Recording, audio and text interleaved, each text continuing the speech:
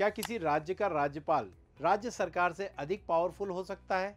जैसा कि हम जानते हैं कि राज्य का राज्यपाल राज्य का संवैधानिक प्रमुख होता है, लेकिन वो राज्य सरकार से अधिक पावरफुल नहीं हो सकता है। लेकिन फिर भी तमिलनाडु के राज्यपाल RN रवि साहब ने तमिलनाडु की विधानसभा द्वारा पारित विधेयकों को स्वीकृति नहीं दी है। इस पूरे विवाद के संदर्भ में हमारा इंडियन कॉन्स्टिट्यूशन का आर्टिकल 200 ये कहता है कि राज्य विधानसभा द्वारा पारित कोई विधेयक राज्यपाल के समक्ष स्वीकृति के लिए जाता है तो राज्यपाल के समक्ष 3 विकल्प होते हैं। पहला विकल्प होता है या तो वो उस विधेयक को स्वीकृत कर दे या अस्वीकृत कर दे।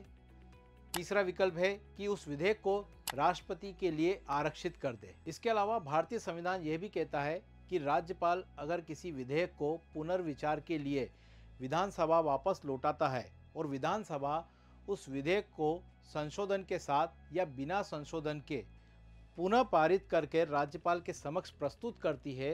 तो राज्यपाल के पास उसे साइन करने के अलावा कोई और चारा नहीं होता है। यहाँ पर एक बात और गौर करने वाली है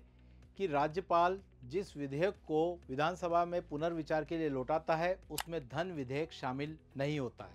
अर्थात धन विधेयक को राज्यपाल पुनर्विचार के लिए वापस नहीं लौटा सकता। इसके अलावा हम बात करें कि राज्यपाल राष्ट्रपति के लिए कौन से विधेयक को आरक्षित कर सकता है, तो उसमें सबसे पहले शामिल होता है कि राज्य विधानसभा ने कोई ऐसा विधेयक पारित कर दिया है जिसमें हाई कोर्ट की शक्तियों को कम करने वाला कोई प्रावधान शामिल है, या राज्य विधानसभा ने समवर्ती सूची का ऐसा कानून बनाया है जिस पर केंद्र ने ऑलरेडी कोई कानून बना रखा है, या किसी संवैधानिक प्रावधान के स्पष्ट व्याख्या से संबंधित कोई प्रश्न उपस्थित हो रहा है, तो ऐसे विधेयकों को राज्यपाल राष्ट्रपति के लिए आरक्षित कर सकता है। ताजा विवाद में सुप्रीम कोर्ट ने राज्यपाल के दूसरे विकल्प अर्थात किसी विधेयक को स्वीकृति नहीं देने पर टिप्पणी की है कि राज्यपाल किसी विधेयक को अपने पॉकेट में डालकर पॉकेट वीटो का प्रयोग नहीं कर सकता है, बल्कि उसे कुछ समय के बाद उस विधेयक को राज्य विधानसभा को पुनर्विचार के लिए लौटाना ही चाहिए। इस विवाद पर डिटेल वीडियो को देखने के लिए आप हमारे चैनल को सब्सक्राइब करिए।